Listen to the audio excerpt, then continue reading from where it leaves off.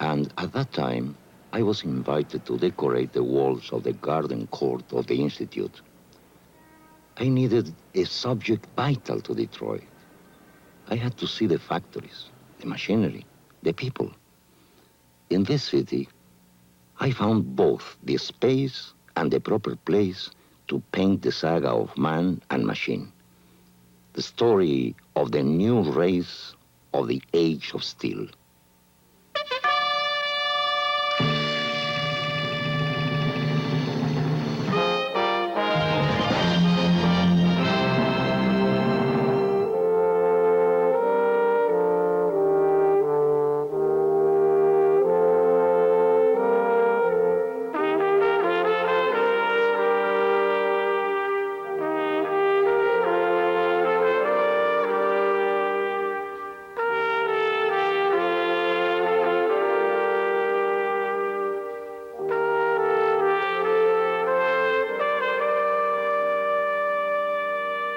Well, Diego Rivera was a great Mexican artist known for all kinds of paintings and graphic expression, but especially for frescoes.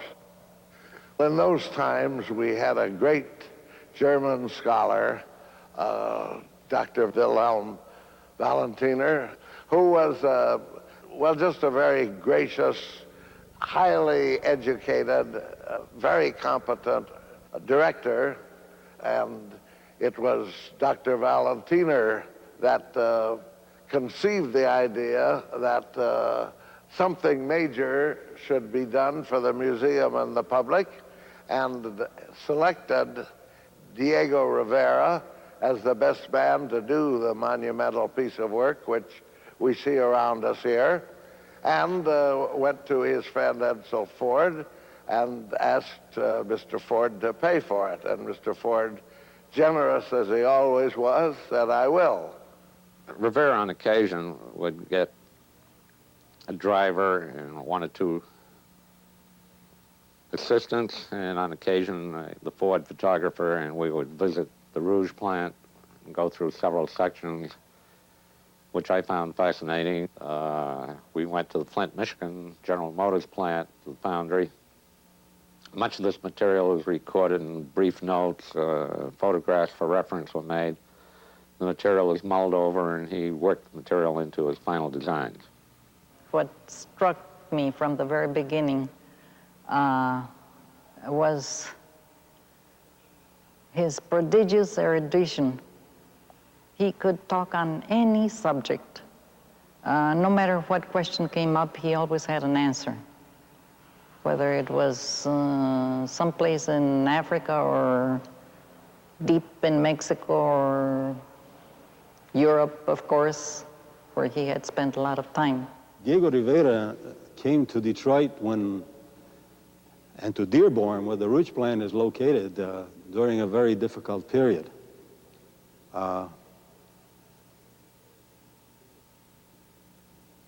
The political leaders of the country said that the Depression was over and that prosperity was around the corner, and the papers were forced to show people selling apples, bread lines in Dearborn, not very far from the Rouge plant. Rivera went into the Ford plant, but in order to get to the Ford plant to make his original sketches, he saw the soup lines in Dearborn. In fact, there were soup lines all over this area, so that when he painted the faces and when he tried to capture the expressions of the men inside of the plant, you could almost see that what he was really saying is these people are working inside of the plant with the fear that tomorrow they may be outside in that soup line. And there's no doubt about it. He captured some of the worries and showed them on the faces of the people that he painted. Well, numerous people posed for Rivera. There a large number of portraits of assistants and people from Detroit. He probably was very close to the same technique somebody like Michelangelo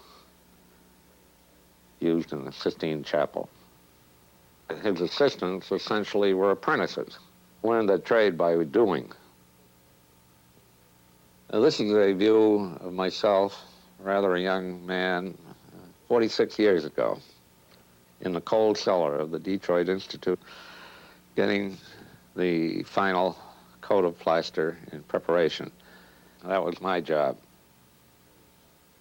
The Mexican chemist Sanchez, whom we called High, constantly checked all the ingredients that we used in the mural so that they would function. Fresco painting requires just mineral pigment without any binder. You can't buy ready-mixed fresco paint. It has to be prepared by hand when you want to use it.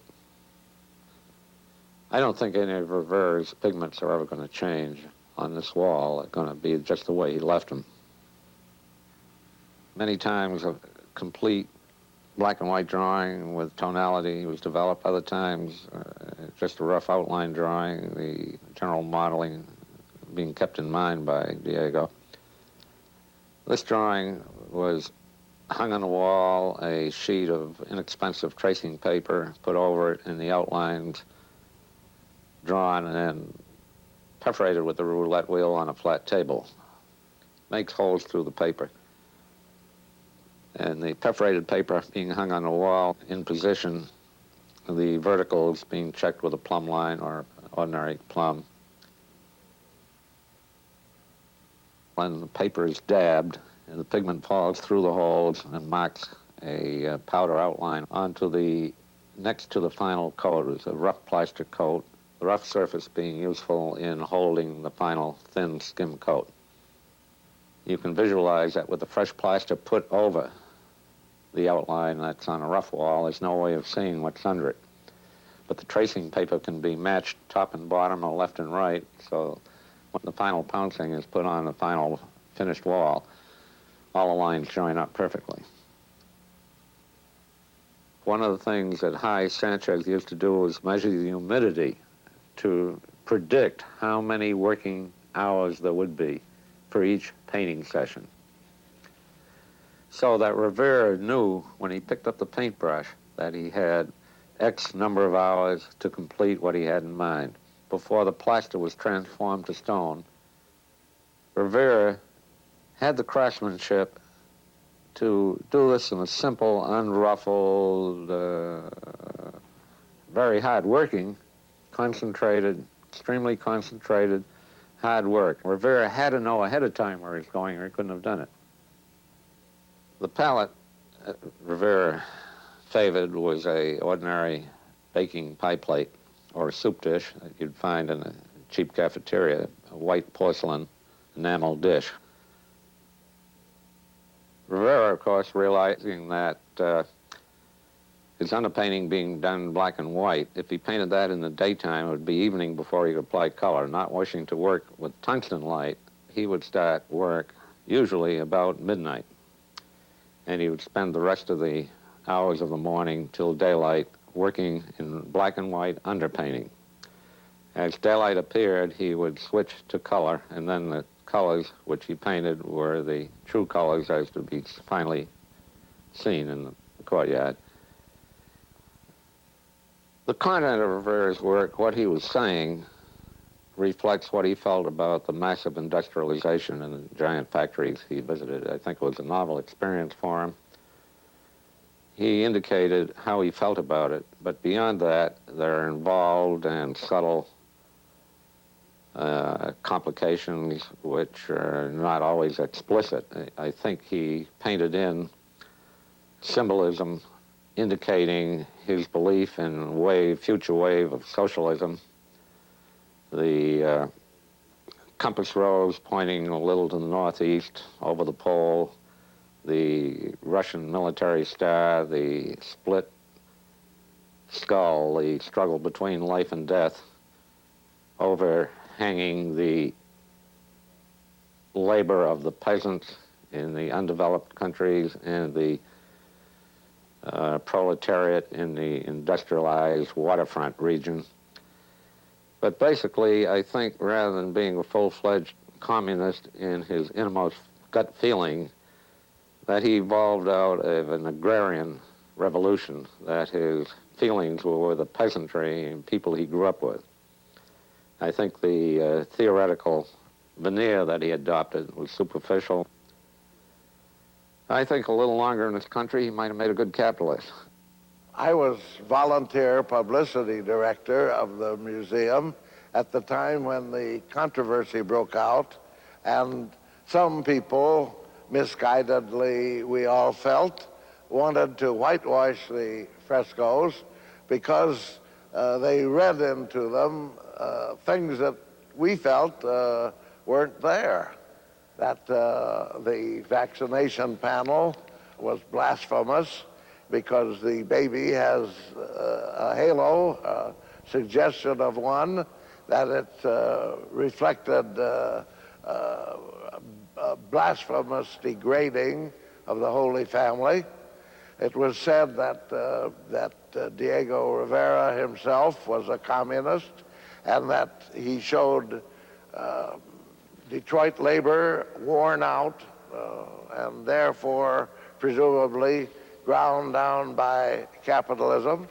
And then there was the statement, utterly baseless as far as I can see, that there was pornography in the frescoes. There was a tremendous explosion, just like a riot. It started extra, extra, extra. And I saw the Detroit Times with a double headline. The Diego Rivera's painting gonna be erased. And I run from Trumbull Avenue, way down here, running. I came in and said, what happened? I said, Maestro, look. He come down and he looked at the headlines and he gave a big broad smile. That's the first time I saw him. He said, you know what? We have won. Éxito.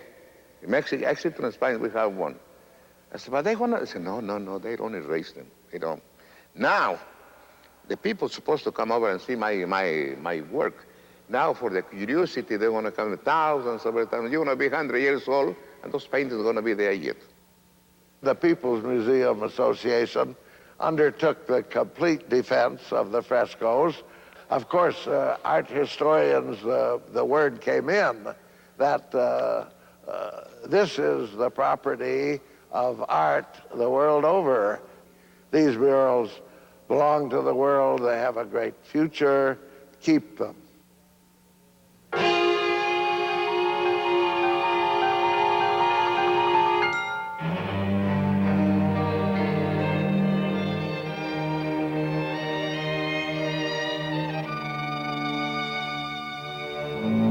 An artist is not an artist if he is not, above all else, a human being.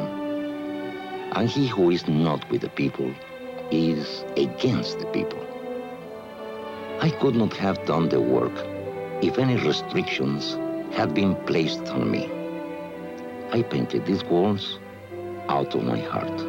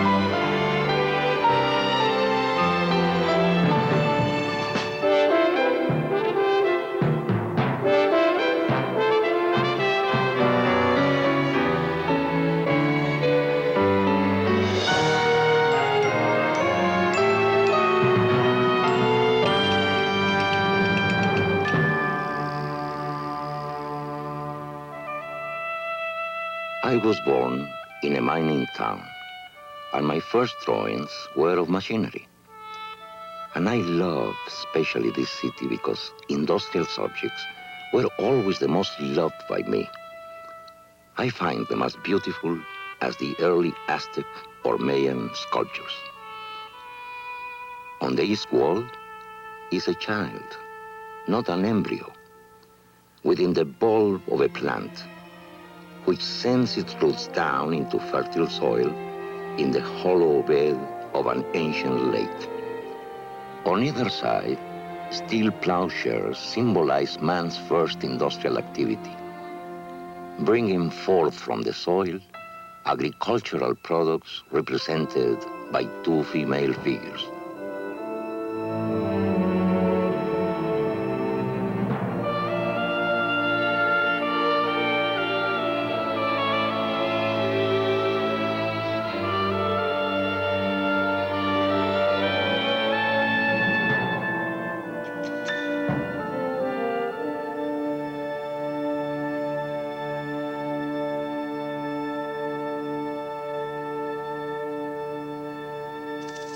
On the west wall, the star, symbol of the race between the half mask of the skull and the human head. Symbols of life and death, since man is ever between the two. And this is the ship which transports our products to the tropics and brings the raw materials to us. A dove pursues an insect for food. And here are sunflowers in a form similar to airplane motors. Above, aviation for peace. To the right, on the same wall, a hawk pursues smaller birds. Above, military aircraft for combat. Coal furnaces and pipes produce steam for the mechanic, steam to generate power.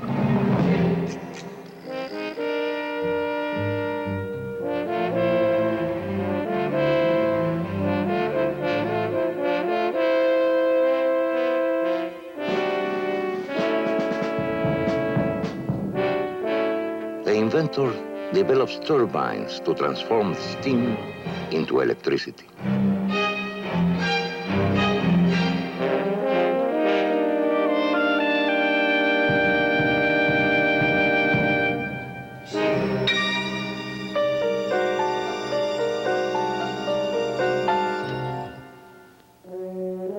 In the upper panels of the north wall, colossal figures represent the large masses of ore in the earth.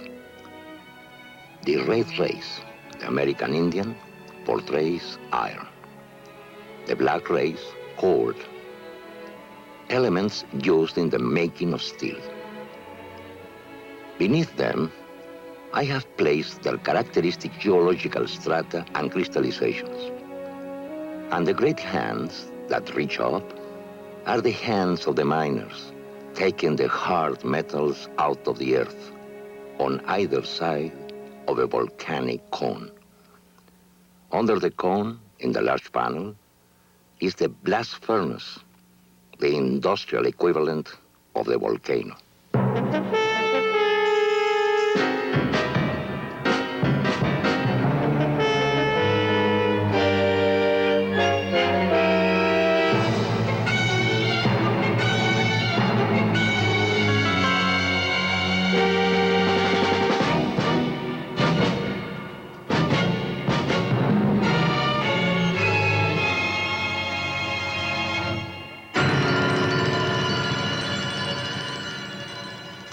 In the large central panel are different stages in the production of the steel block.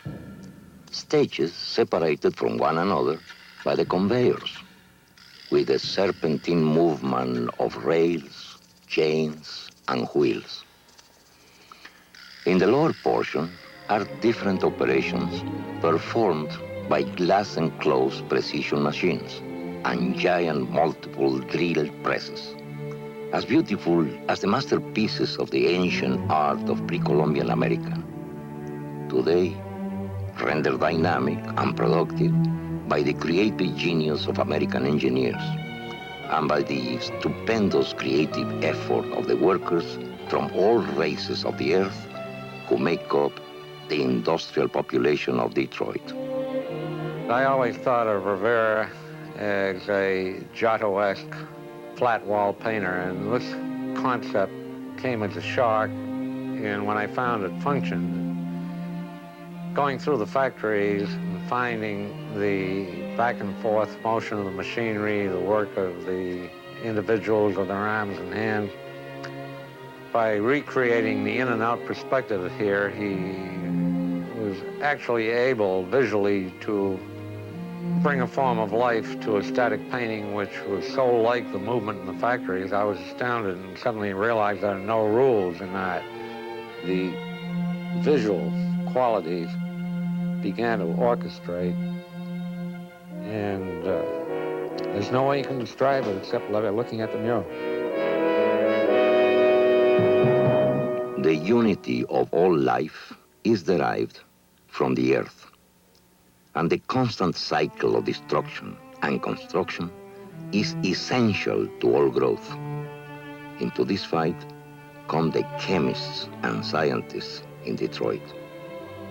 This upper side panel represents scientists who, through biological research, requiring the sacrifice of useful, friendly animals, protect the life of the child against the germs of death that surround human life from its beginnings. On this panel, scientific knowledge is used for destruction. Chemical engineers produce poisonous gases for warfare. Workmen charge aerial torpedoes.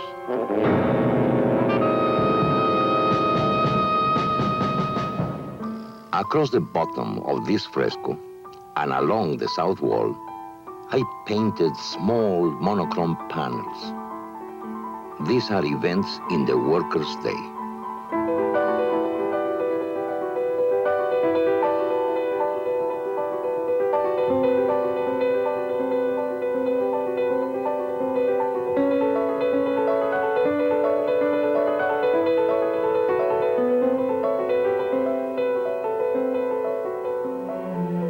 Limestone and sand, the white race and the oriental. The big hands express the power of the worker and the importance of human effort in taking the products out of the earth.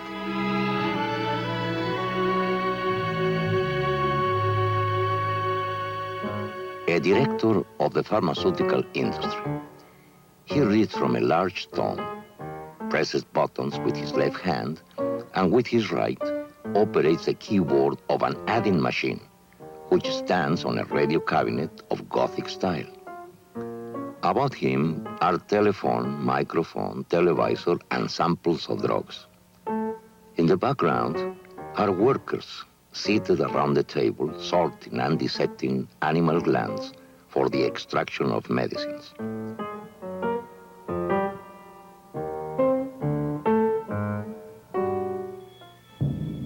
Man requires natural elements like soda and potash for the manufacture of commercial chemicals.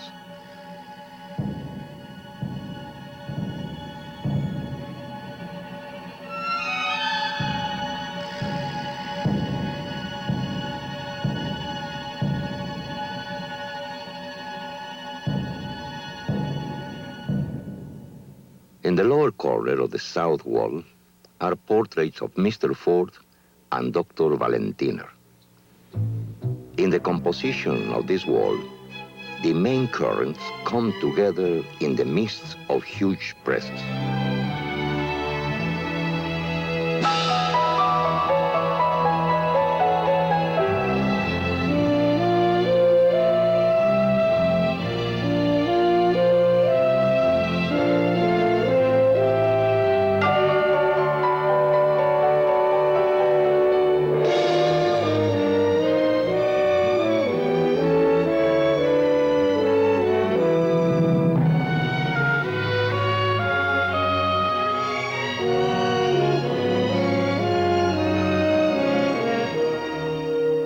impressions of the final assembly line extend to the distant horizon, where countless automobiles speed away against space and time like little insects.